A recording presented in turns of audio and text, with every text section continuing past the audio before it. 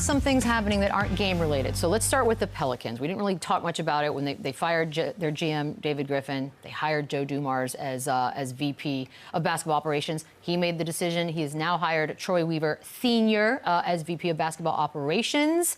Let's start with you, Boogie. Current state of the New Orleans Pelicans. So how would you describe that?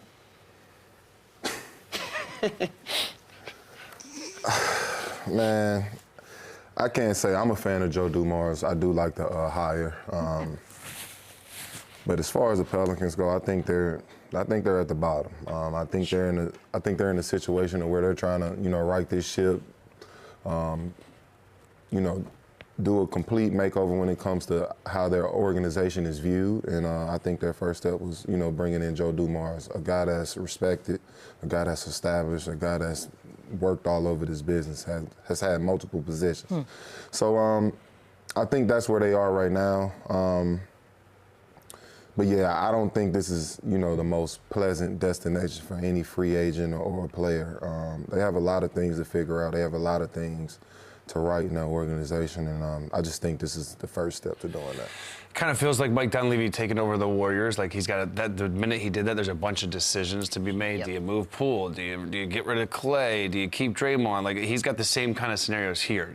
Do I really trade Zion? Is my first thing I do here. And again, do we get the #1 pick? Like there's a lot of unknown things that's going on in New Orleans. And even if it's top 3 pick, again, we're looking at 3 studs with Cooper, Bailey, and Harper. So they should get a good player in the draft. And again, it's not like they have no talent. When you look at guys like Murphy and CJ and DeJounte Murray, and I remember a couple years ago, we're talking Willie Green, Coach of the Year, Herb Jones, Alvarado. Like they were. Alvarado was like a. He was like a thing. I haven't heard his name all season long. Like Herb Jones was unbelievable 2-way player, and like they were a tough out for anybody because the way they played, and just through health and just through not working out. Like they were 21-61. Like that is brutal, man. So I think listen. Joe Dumars has a full plate. He's gonna have to make some big decisions, and again, the fan base is going to have to surround him. When you play, it was never like crazy packed or loud. I feel like there's never like a fun environment to play. You know why it is fun though for media? You get a smoothie when you get in there. They come and ask you what smoothie you want. The coolest thing about them is you get a smoothie. I'm a big fan. I just feel like there's potential here and they haven't touched it. Well, look, obviously the drafting, we don't know how that's going to play out yet. What we do know though is that the big giant elephant in the room, that's not what I meant to say, but is Zion in this particular. Yeah, and by the way, I'm not one of those people. Are you calling him overweight? No, because I'm not a fat shamer. Let's leave it to the other ones. And I don't even think he's fat. I think he looks great, by the way. But that is 100% at the top of every list of what they got to do. What do you do? Just shut up, you two. I don't think. I'm one of his defenders. I'm not going to sit here and take this slander.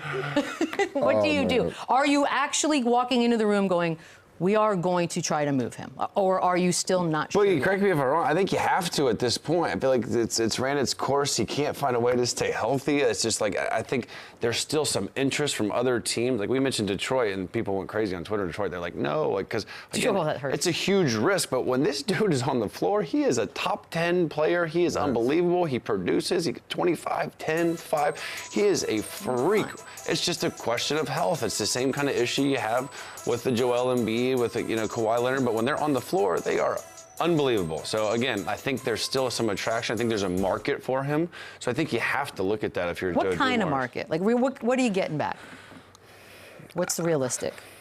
You should get back. You're at least getting one first round back. First round and a starting caliber player. Like you're still getting something because again, look at those numbers. Yeah, he's efficient. He's just it's just availability, and we just don't know if that is ever going to happen.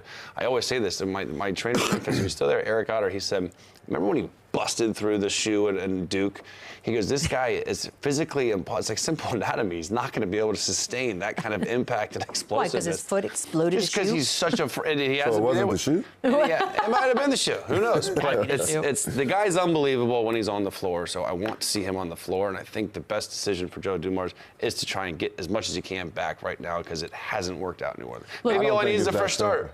I don't think it's that simple. This is an extreme talent, and obviously, it's a big decision. It's a really big decision, and if I'm Joe Dumars, this is a tough decision to make. I mean, like you said, you see the numbers, you see the production when he is on the floor. So obviously his talent is there. Obviously this is a rare talent. This isn't something you can just go in the draft and find again, regardless if you get 10 first-round picks back. But with that being said, Joe Dumars has a really tough decision because when you look at this guy when he is on the floor, he produces. So you don't want to ignore that. But at the same time, it's also a knock because he's not as available as you would like him to be. So I don't think it's as simple as just trading him away, because obviously if you can right this ship, get him on track, keep him healthy, your organization and your team is moving in the right direction. So I think it's a risk with either decision you make, because what if you do trade him away and he becomes this MVP in the next year? That's what's scary. He finally figures it out and he's able to, remain healthy. Now you could possibly lose your job from that. And then at the same time, if you keep him and it doesn't work, it's also another bad situation. So I don't think it's as simple as just trading him away, but Joe Dumars definitely has a tough decision. The first round, remember, Mikal Bridges, and I get it, it's a completely different attendance record situation. Got five. That was silly. And by the way, that probably wasn't. Yeah, that was Rudy Gobert that wasn't economical. Yeah, that was not maybe the best. Yeah, but you also look at those deals and say, okay, I'm not doing that. Well, exactly. You know it's a cautionary tale. I think that narrows the market there already. But again, is he just going to magically get healthy? By the way, is this not the Joel Embiid conversation? I hope it does. But same. If you're Joe Dumars, that's a risk I'm probably willing to take, because it's not 1 or 2 years. It's since he's been there. So okay, here's a scenario. Let's say they get the #1 draft pick and they get Cooper Flagg. Are you more inclined to move Zion then, or are you more inclined to keep him and see what that looks like? I think get rid of him. I think if you have Cooper Flagg, I in that case you have to get rid of him because they're almost the same type position. Okay. Right?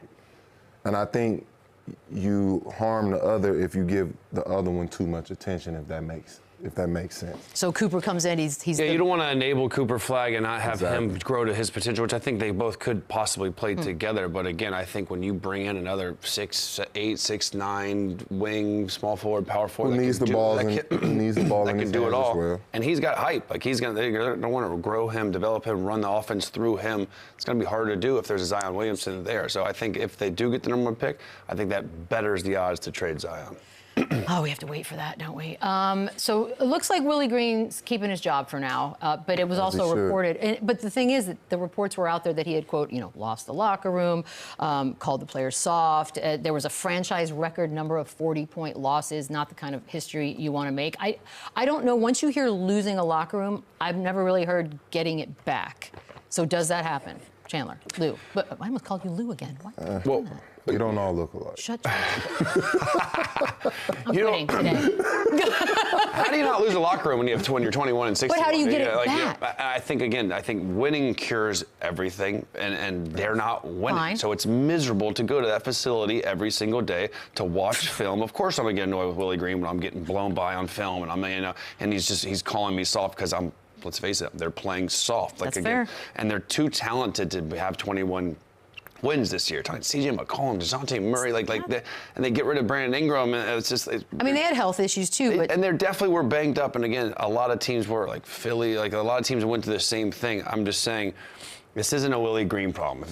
And I don't know Willie Green at all, but if they fire him, it's like, why would you ever want to coach the NBA? But if you lose something, it's like if you fall out of love with someone, you don't fall back in. I feel like once you're lost, you're lost. Good counseling is possible. Some therapy, some team therapy. Actually, that would be kind of awesome if that's what they did. At this point, anything to help this team, organization. But as far as Willie, I think he's a great coach. He's proven that already. They've had winning seasons under Willie, but I think it's just a situation. You have 60 losses in the season. There's not much to be happy or enthusiastic about or anything.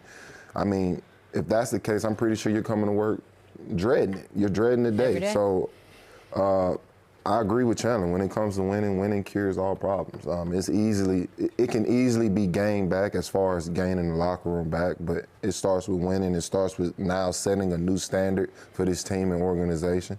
Obviously, they've taken a step forward with hiring Joe Dumars, and now you want it to trickle down from the top to the bottom. So we'll see what happens. You play with some other friends. Is the ownership solid? Is this like a team? Because I feel like when I'm thinking about these expansion teams or getting rid of a team, I feel like the New Orleans is the first one. When I was there, Mr. Benson was, rest in peace, still alive. So it was a different type situation. Now his wife is running it, and I don't want to, speak on her because I don't know the ins and outs of how she runs the operations now. But obviously, it's not going well. I've always thought that New Orleans was a tough market to play in, even when it comes to the fan support.